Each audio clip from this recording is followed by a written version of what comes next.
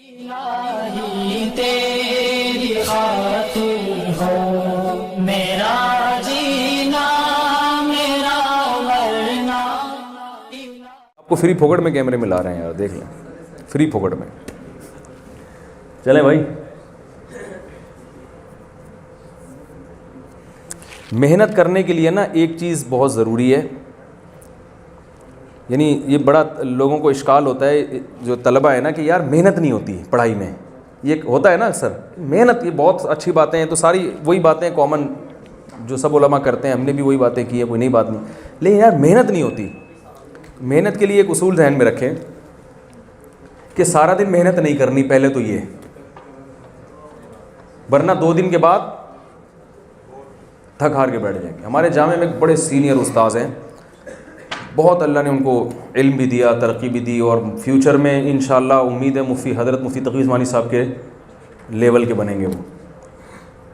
تو میں ان سے پوچھتا ہوں یار آپ نے اتنا کیسے پڑھ لیا، اتنی کتابیں چاٹ گئے آپ. اور یہ انہوں نے کہا میرا معمول ہے پڑھائی کا صبح سے لے کے دوپہر 1 بجے تک بس. سمجھ رہے ہو؟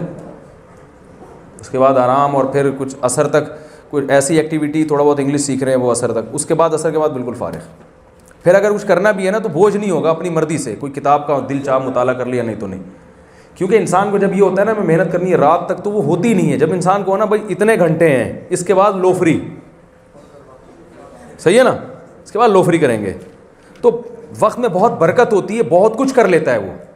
ہمارے جب محنت کی ترغیب دی جاتی ہے نا، 24 گھنٹے کا شیڈول بنا کے دیا جاتا ہے جو دیکھنے میں بڑا اچھا ہوتا ہے، وہ اس میں بہت کم لوگ کامیاب ہوتے ہیں. ہمارے جیسے، ہم جیسے سب ایک ہی جیسے ہیں نا، وہ نہیں چل پاتے. وہ 4 دن کے بعد بولیں گے چھوڑو یار اچھی بڑی زندگی گزر رہی تھی ہنسی خوشی. ٹھیک ہے، تو ایک ٹائم ہونا چاہیے یہاں سے یہاں تک بس، اس کے بعد نہیں. اور وہ صبح کا وقت ہو، صبح کے وقت میں تھوڑے وقت میں بہت زیادہ کام ہوتا ہے. پھر پڑھنے کا طریقہ کیا ہوگا یہ میں بتاتا ہوں. جی بھائی، اچھا میں یہ بات کر لوں پھر تاکہ میرا ٹاپک مکمل ہو جائے نا. دوسرا یہ کہ کتاب کھول کے پڑھنے کا دل نہیں کرتا. یہ بھی ایک کامن بیماری ہے جو ڈینگی سے زیادہ پھیلی ہوئی ہے. کسی کا بھی دل نہیں کر رہا. میرا خیال ہے اس پاکستان میں ایک بندہ بھی ایسا نہیں ہوگا.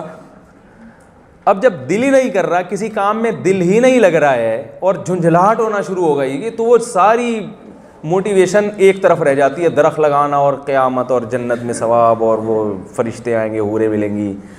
آدمی کہتا ہے یہ جو ٹینشن ابھی مل رہی ہے. تو یہ بات خوب یاد رکھیں، ہم نے بڑے بڑے علماء سے سنا ہے جنہوں نے علم میں بڑی ترقی کی ہے. انہوں نے کہا کہ دیکھو بھائی ایک ٹائم نکال کے رکھو اور اس میں کتاب لے کے بیٹھ جاؤ، اس میں کتاب لے کے بیٹھ جاؤ. ٹھیک ہے نا، 75% کام انشاءاللہ ہو گیا آپ کا.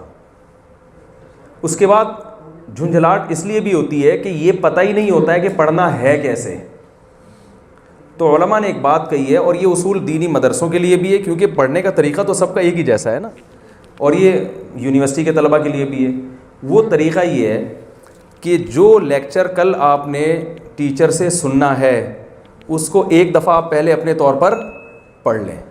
پڑھنے کتنا پڑھ لیں؟ اتنا پڑھ لیں کہ آپ کو پتہ چل جائے کہ کون سی ایسی چیز ہے جو مجھے ٹیچر کے بغیر خود ہی سمجھ میں آ رہی ہے، اور کون سی ایسی چیز ہے جس میں مجھے ٹیچر کی ضرورت ہے.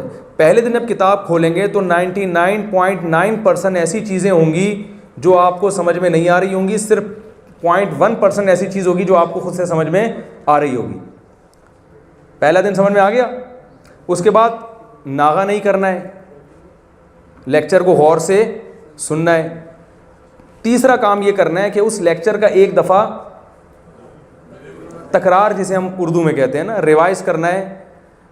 کسی کو بٹھا کے سامنے، ایسے دیکھ کے نہیں، بلکہ وہ لیکچر آپ ڈیلیور کر دیں کسی دوسرے کو. کسی کو بٹھا لیں، پیسے دے کے بٹھا لیں، بے شک بندہ 50 روپے لے ذرا بیٹھ جائے 15 منٹ کے لیے. تو وہ آپ نے اس کو، وہ اپنے جو لیکچرار ہے نا اسی کے اسٹائل میں پورا لیکچر اس کو سنا دینا ہے. بس یہ آج کا کام، ایک دن کا کام آپ کا ختم. پھر اگلے دن کے لیکچر کی تیاری. اس سے کیا ہوگی؟ آپ کی صلاحیت کتاب سمجھنے کی بڑھتی چلی جائے گی. اور سال کے آخر میں آپ دیکھیں گے جب آپ مطالعہ کر رہے ہوں گے تو 99.9 آپ کو سمجھ میں آ رہا ہوگا. 1% ہے جس میں آپ کو ٹیچر کی نہیں آ رہی سمجھ میں بات. اور مزہ آنا شروع ہو جائے گا. جب کسی کوئی کام سمجھ میں آتا ہے نا تو پھر دلچسپی پیدا ہونا شروع ہوتی ہے. ہوتا یہ ہے کہ شروع میں ہی وہ لیکچرار نے پڑھنا شروع کیا, وہ جب جس ٹاپک کو آپ نے پہلے پڑھا ہی نہ ہو وہ کسی کے پڑھانے سے سمجھ میں نہیں آتا. وہ شروع میں بوریت, پھر سمجھ میں نہیں آ رہا, پھر جھنجھلاہٹ, پھر کیا مصیبت, یہ کیا ہے, یہ کیا لکھا ہوا ہے, کیا ہے. وہ ایسی جھنجھلاہٹ پیدا ہوتی ہے انسان کو, تو پھر کہتا ہے پتہ نہیں کس مصیبت. پھر وہ پھرے تلاش کرتا ہے امتحان میں کامیابی کے لیے. پھر وہ 5 سالہ پیپر 5 ایئرز, اور اس میں کون سا سوال آیا تھا, کون سا نہیں آیا. تو یہ ویژن کیا تیل لینے. جس آدمی کا مقصد صرف نمبر حاصل کرنا, وہ اس کا کوئی ویژن ہوتا ہے بھائی؟ کوئی ویژن کہاں چلا گیا, تیل لینے گیا. تو اس لیے یہ بہت زبردست طریقہ ہے پڑھنے کا. اس میں کبھی کبھار ناغہ بھی ہو جائے گا تو توبہ استغفار کر لے آدمی, پھر دوبارہ سے ٹریک تو صحیح ہونا چاہیے نا پڑھنے کا. اب آپ بتائیں بھائی کیا سوال پوچھ